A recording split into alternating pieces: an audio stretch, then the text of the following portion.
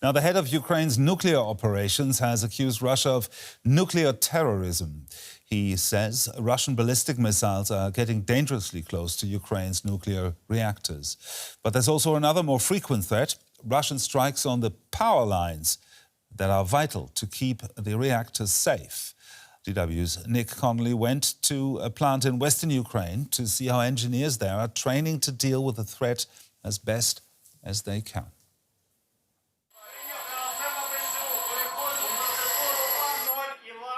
These power station workers are training for something that used to be a rare emergency and that's now become routine because of Russia's attacks on Ukraine's energy system. Their job is to reduce this power station's output in a matter of minutes to try and avoid disbalancing the whole country's energy grid. This is a one-to-one copy of the real control room on the same site, here at the Khmelnytskyi nuclear power plant. Everyone taking part in these exercises works in the real control room and has to deal with the fallout from Russia's strikes on the grid. Before the war, this kind of incident almost never happened. It all started after Russia's invasion and the outages that caused to the grid. We have very little time to react. If the dispatchers tell us to reduce our output to 75%, we can do that in half an hour. If we lose power from outside and have to disconnect from the grid, then that will take us a day to reconnect afterwards. Russian strikes on the grid cause two distinct problems the engineers here have to respond to. Sometimes Ukraine's energy system can't take all the electricity this power station produces because of damage to high voltage lines and substations that move power around the country. They have to reduce output to avoid overloading the system. Other times, though, they have the opposite problem: not enough power in the system. Nuclear power stations usually get electricity from outside to cool their reactors. When that's cut off, they have to fire up diesel generators for backup. Russia hasn't hit Ukraine's nuclear power plants in the way it's taken out conventional power stations, because contamination from a radiation leak would likely spread to Russia as well. But the worst-case scenario, a direct hit on one of these plants, isn't out of the question. 4 years into this war, all international attempts to exclude Ukraine's nuclear sites from the fighting have failed. Russian drones and missiles are not giving these facilities a wide berth. Back in 2025, a Russian Shahed drone damaged the steel structure which shields the site of the world's worst nuclear accident at Chernobyl.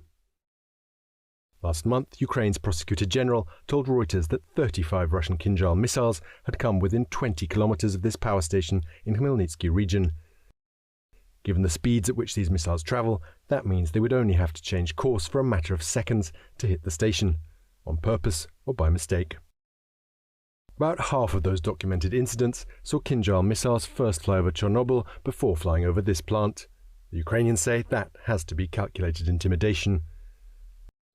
Dmitro is the senior engineer on shift in the control room.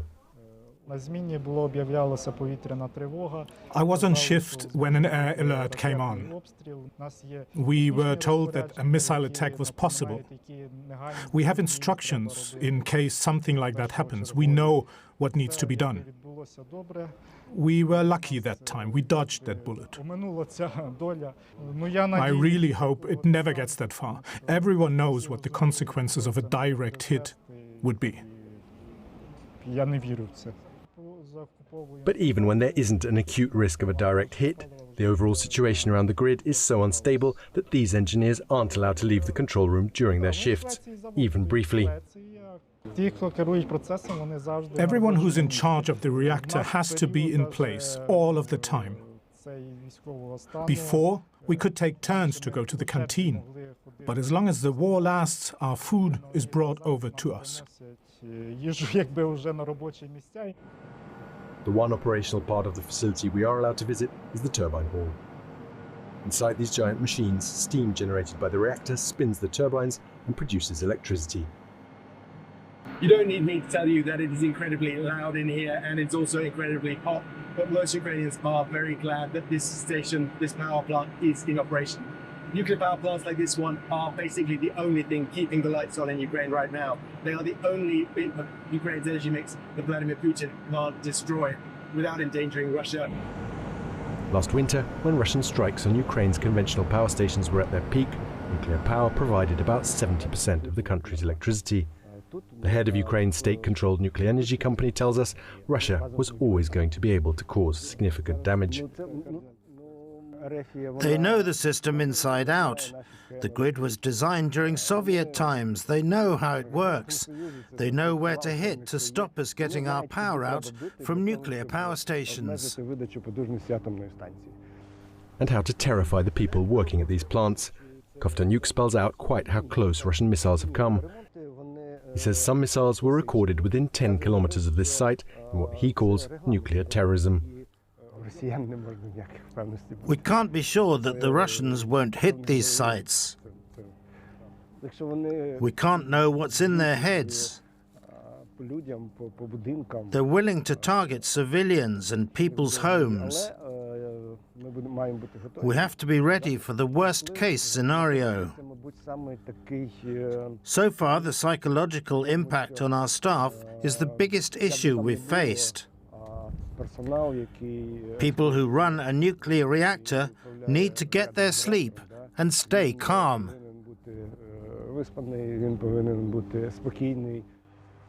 It seems unlikely they'll be getting that sleep uninterrupted by air raid sirens anytime soon. 4 years into this war, the outside world has largely given up trying to impose a ceasefire around these nuclear sites on Russia. Even the slightest error could bring catastrophe to the region on a scale not seen since Chernobyl 40 years ago. Ross Peel is with the Centre for Science and Security Studies at King's College. He told me why cutting a nuclear plant's external electricity is just as dangerous as hitting it with a missile. Well, a nuclear power plant requires active cooling throughout its operational period and indeed after shutdown. If sufficient cooling cannot be brought back online quickly enough, nuclear material temperatures will increase, potentially to the point where it causes plant materials to fail and hazardous radioactive material to be released. And without power to run the pumps for that cooling system, this can lead to that very incident occurring. Is that a Chernobyl-type incident? Potentially of the same type, though, most experts would not expect something on the same scale. The reactors at Chernobyl and at the other nuclear power plants in Ukraine are of all a very different type. So whilst we might see something of the same type occurring, we would not see likely the same scale of disaster. Now, with Ukraine's 3 active nuclear plants, Chernobyl obviously not one of them, supplying 60% of its power, what's the absolute worst-case scenario if Russia completely severs their connection to the grid tomorrow? Well, I suppose there are 2, really. For Ukraine, we would be talking about an immediate challenge in meeting their energy supplies. They're already used to living in very tough circumstances for several years, but this would certainly impact on the ability of Ukraine to keep functioning if 60% of their energy generating capacity were to be lost. Beyond that, we're talking about if a situation where the cooling function I mentioned cannot be restored, then we're going to look at nuclear material temperatures inside the reactors and at the plants lifting and raising until such time as that material breaks down and the radioactive material inside can be released into the environment. Now, the occupied Zaporizhia plant, which is occupied by Russian forces and has been the centre of attention over the past couple of years, on and off, that plant is currently sitting in a cold shutdown. But does that mean the danger there is zero? Absolutely not. So cold shutdown means that the coolant within those reactors is at the same pressure as the air around us and below its boiling temperature. So if the reactors were to break open, there would be no explosion of pressure pushing the coolant out. However, if the nuclear material inside were to be released, then that would still be problematic. This also does rely on that nuclear fuel being cooled and the coolant continuing to come through the reactor. So if that coolant stops flowing, if the pumps stop working, if the external power is not available, then we will see the temperatures start to go up again, and eventually that temperature could reach the level of a dangerous consequence occurring. Talking about dangerous consequences, if a nuclear plant were to be hit and go into meltdown, would a potential radioactive fallout stay contained to the war zone, or would it threaten the rest of Europe and maybe Russia itself?